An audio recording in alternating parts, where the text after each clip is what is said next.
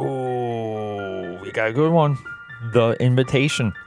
This is a part of that internet black hole I went into for 31 Days of Dread, day 22, The Body.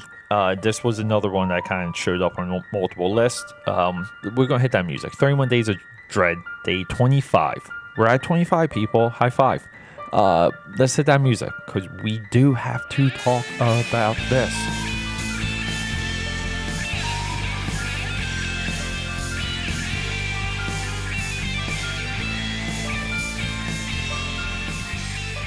Oh, jeez.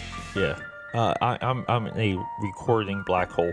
I keep trying to get this movie right because I really do not want to discuss it. I feel like the filmmaker is far more interesting to discuss at this point than the movie because we got to talk about something and talking about the filmmaker, which is a female. And we're kind of in an age where they just want to magnify female filmmakers, which is what happened with Wonder Woman. Henry Cavill, the guy that plays Superman, put out some interesting statements about the Justice League movie and the appeal of Wonder Woman in this recent interview. And, just a highlight, but he did kind of crystallize and really kind of impressed me with how well he understands the landscape and what DC's trying to do and how they're failing and what they're succeeding and mostly failing. But he, excuse me, he did say that one woman struck gold at the right time.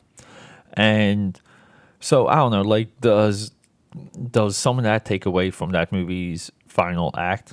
From the third act, the fight at the end, I definitely do think it does. I will still say this: the rules and what Batman versus Superman set up about power sets, it's very much confused with by the end of Wonder Woman.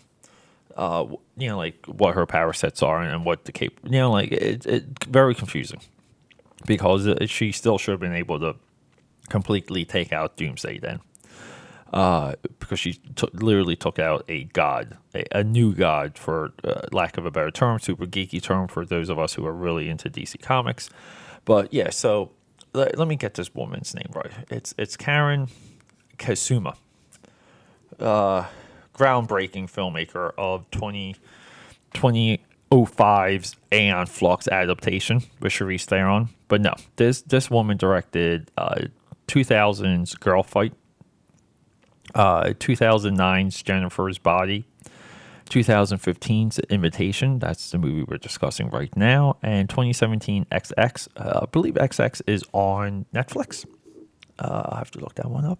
And, from 2005 to 2017, a bunch of episodes for Casual, Billions, Halt and Catch Fire, which I actually I watched. I did watch all of Halt and Catch Fire.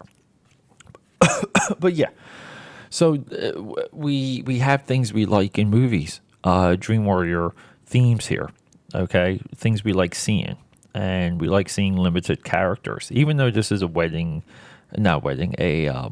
a dinner invite movie. It's a 12 Angry Men driven type movie. It's mostly a one character driven movie. This guy named Will, which is kind of funny because when it comes from Karen's themes, Karen Consuma, our director, the themes are she mostly focuses on women protagonists, focal characters, even female villains.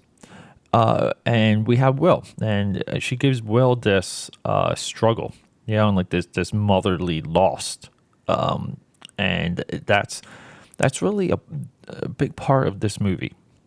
And this movie got me because, again, we're limited characters, limited set, one group of characters, a few rooms, and again, running theme throughout the 31 Days of Dread.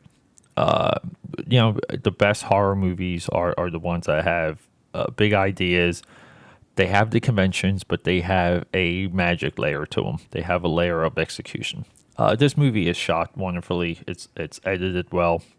Some of the editing, the film school driven edits, and I say that with love. Yeah, they're thrown in and it shows you how just the mind can meander and wander just during a simple task, and capture you and take hold of who you are and take you out of being present. And this movie does that very well. It displays how trauma to the mind can control you. And so at one point, I'm watching this movie and crazy. I thought I had the wrong movie. I'm like, is this a horror movie? Is this the movie I saw during that black hole I put myself in when I found Dream Warriors 31 Days of Dread, Day 22's The Body? The Body. I still love that movie. Didn't stick the landing, but it was a good movie. But yeah, I'm thinking I got something wrong, but now I'm into the movie, so I'm just going to finish watching it. And then the horror happens. And then we turn. And what we turn into is we turn into too many survivors. We turn into deaths that just weren't, like, didn't hit home, like bad deaths. We're dealing with a loss of life that kind of doesn't feel. It doesn't add up. And then we get the hook at the end. And yeah, we kind of have the birth of a horror franchise, something similar to The Purge that could come out every other year, and slowly draw out and expand. What is happening here? How far does it reach? What does it really mean? Does it mean anything at all? And what is going on? And this movie has a lore, a mythology, and a backstory that you can jump right into. And our guy, who's Logan Marshall Green. He's from Prometheus. He's the girl's father, husband, and he's the one that gets the thing in the eye, and I think he gets burned by Charlize Theron. Again, Charlize Theron, another reference, right? You're doing a podcast, you got to reference her as much as possible. For those of us who don't know, the other reference was Aeon Flux. But yeah, so this is his movie. He owns this movie. His performance is the highlight. It magnifies everything about this flick.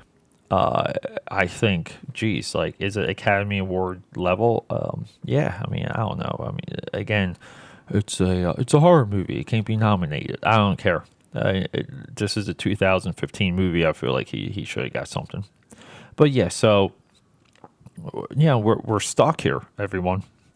I'm stuck. I did this recording about 3 times already, and I'm trying not to talk about the movie because I just want everyone to sit down and absorb it and be engaged and know that there's horror coming.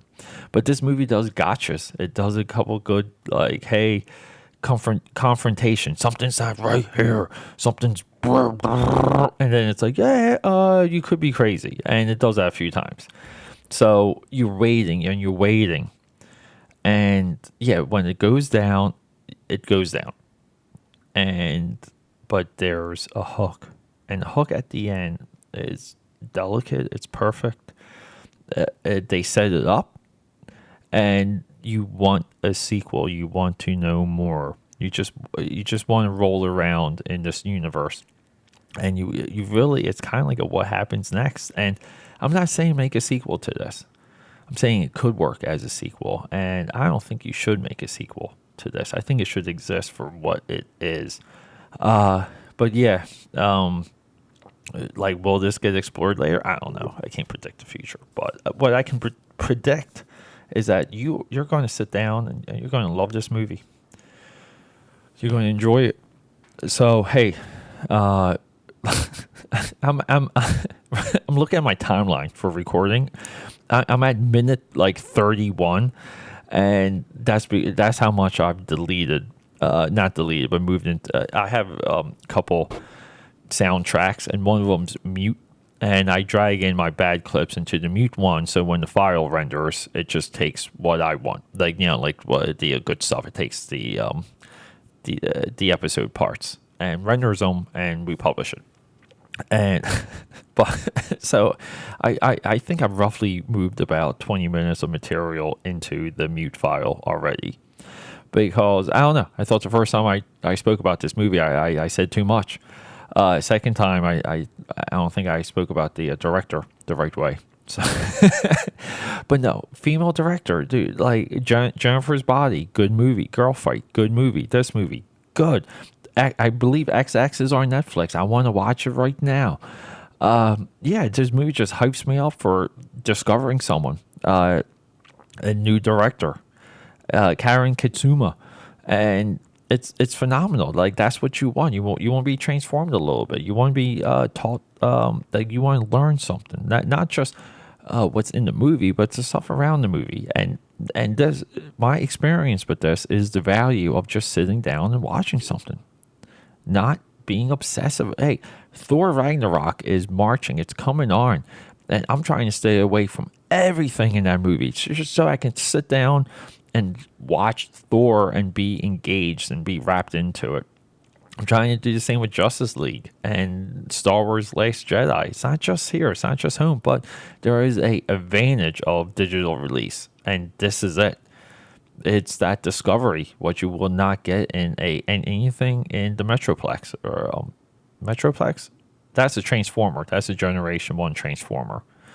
Theaterplex. In a theater. But yeah, this movie also highlights the strength of digital distribution, digital discovery, and why it's good to have content like this just floating around. And it's a crime that this director is not making bigger movies, because she got her chance with Aeon Flux, but don't punish her for that. That was in 2000 and what year did Aeon Flux even come out? Jeez, hold up here. Let's get to it. I can't. We're in another clicking black hole here. Hold up here. Let's just get to Aeon Flux came out in 2005. Okay, because I already said that. Yeah. Yeah. I mean, like Wonder Woman. It's just funny how magnified that movie was because of partially from a female director. Can Karen get a Marvel girl? Can she? I know everything's on Captain Marvel, but we all know that's going to be the only version of that character people care about. No one's going to care about the Black Afro 80s Secret Wars Captain Marvel. They're going to care about this one. But yeah, should we give her like a Marvel Black Widow? Maybe not. I don't know. I kind of want her to get something else. You know what? Give her like Silver Surfer. Like, let her do Silver Surfer. I don't know. But look, do me a favor. You gotta watch this movie. Sit down, open mind, grab wine, open mind and wine, and just go for it and just soak it in. But yeah, this is Peter. Shorter episode. I feel like I can release a director's cut of this episode, like an uncut day. Dream Warriors Day 25, 31 Days of Dread. But look, I got more movies to watch. I got more movies to discuss and take notes on, and I'm going to get right to that. I'm going to watch another one tonight. But look, I'm learning things too with this 31 Days of Dread. It's not easy. Have a good day. I'm signing off, and rock and roll. Let's do this. Let's just hit that exit music.